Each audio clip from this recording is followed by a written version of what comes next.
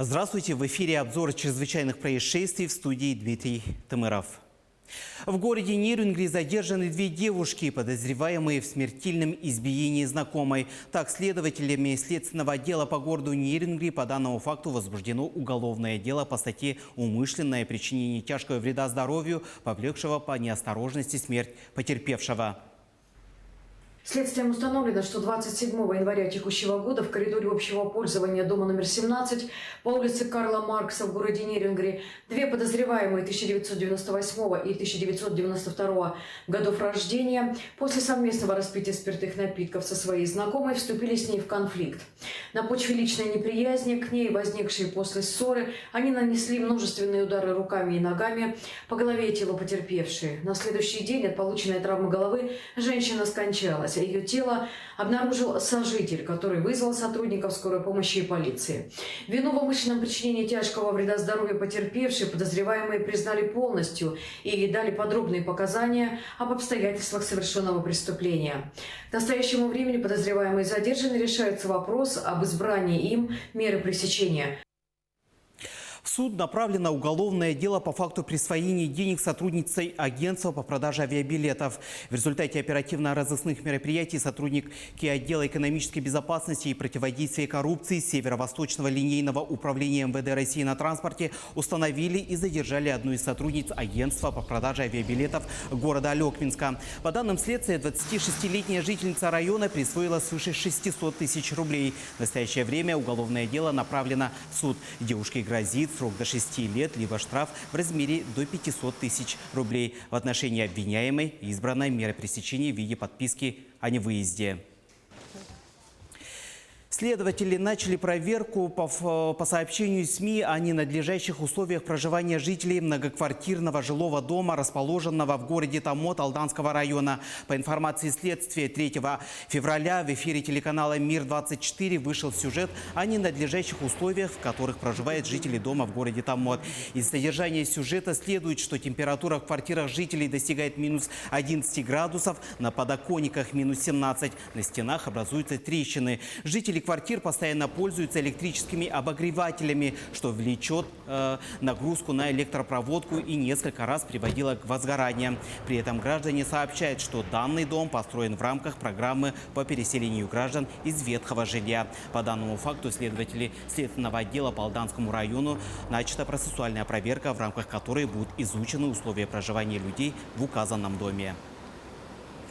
18-летний житель города Якутска подозревается в умышленном повреждении двух автомобилей, сообщает региональное министерство внутренних дел. В дежурную часть обратился местный житель, который сообщил, что неизвестный повредил капоты его двух автомобилей. Заявленный общий материальный ущерб составил 117 тысяч рублей. В ходе оперативных мероприятий полицейскими установлен подозреваемый. Им оказался 18-летний молодой человек в подростковом возрасте, состоявший на учете в ПД.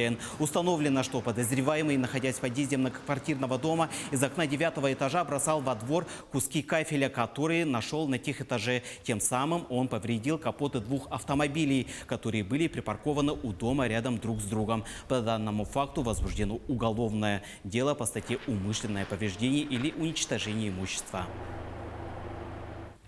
Житель Якутска осужден за заведомо ложный донос. По информации Якутского городского суда, мужчина в январе прошлого года, управляя машиной, совершил ДТП, выехав на автомобиле в кювет, после чего, находясь на месте происшествия, сообщил об угоне. В дежурной части он написал заявление. Однако проведенная проверка показала, что обстоятельства, указанные гражданином в вышеуказанном заявлении, не соответствуют действительности и являются ложными. Отмечается, что в судебном заседании подсудимый вину в предъявленном обвинении признал полностью.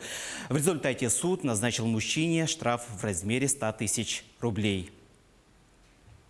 В Красноярске десятки человек отравились питьевой водой. По данному факту сейчас идут следственные мероприятия. Более подробно в следующем материале.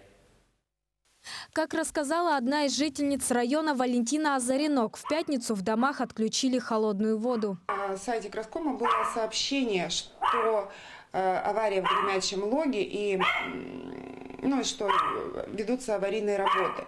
После того, как включили воду, она воняла канализацией. Мы сразу пошли и купили бутилированную воду. То есть мы эту воду не пили.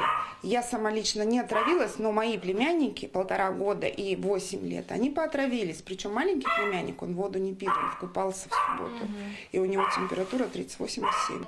По ее словам, матери пострадавших от отравления детей о некачественной воде она узнала от соседей. Я и муж, и дети все пьем сырую воду.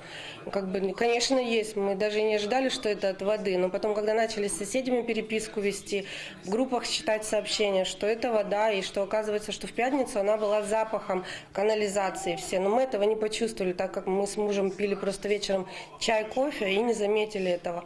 А дети даже просто, машинально ее пили из-под крана, и мы даже ничего не могли подумать, откуда это. Но как утром уже выяснилось, мы все поняли, что это с водой какие-то проблемы. Как сообщила руководитель пресс-службы ООО «Краском» Татьяна Лукина, вероятной причиной случившегося стала застоявшаяся вода в распределительных сетях оборудования студенческого городка. По словам представителя компании, вода на водозаборе Гремячий Лог безопасна, что подтверждают и результаты анализов. Произошло то, что люди пишут в социальных сетях, но то, что вода на водозаборе Гремячий Лог безопасна, это подтверждают и результаты анализов, поскольку делали их, проверяли. Без предварительных анализов вода не выдается в город. Там работают наши 53 сотрудника, которые пьют эту воду, у них у всех самочувствие нормальное. Поэтому проверили, вчера отбирали пробы на домах на улице Дачной. По органолептическим показателям вода питьевого качества, микробиология сейчас находится на проверке. Также она сообщила, что одним из недочетов может быть и то, что не выдали рекомендации управляющим компаниям, чтобы они сделали сброс воды, застоявшейся у них в трубах. Однако об отравлении сообщила также и Надежда Кисленко, жительница частного дома, который, по ее словам, напрямую снабжается водой через колонку от сетей ООО «Краском». Часов в 8 вечера мне стало плохо. Мне стало плохо очень сильно, то есть в глазах темнело, то жар, то холод бросает, все. К 12 ночи началась рвота просто. И вот всю ночь, это ужасно было, ночь просто какой-то ужас.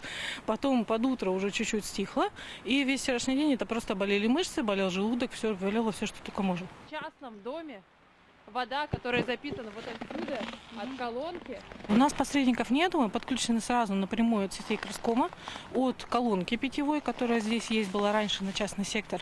И то есть получается у нас личный водопровод абсолютно, и у нас не может быть ничего плохого в сетях, потому что мы очень много лет ими пользуемся, и пользуемся только мы. По факту случившегося Следственный комитет и прокуратура Красноярского края начали проверку. Проведение санитарно-эпидемиологического расследования продолжается. Предполагается, что Роспотребнадзор в течение недели будет отбирать дополнительные пробы из распределительной сети в студенческом городке. Это была рубрика «Чрезвычайные происшествия». Берегите себя и до новых встреч.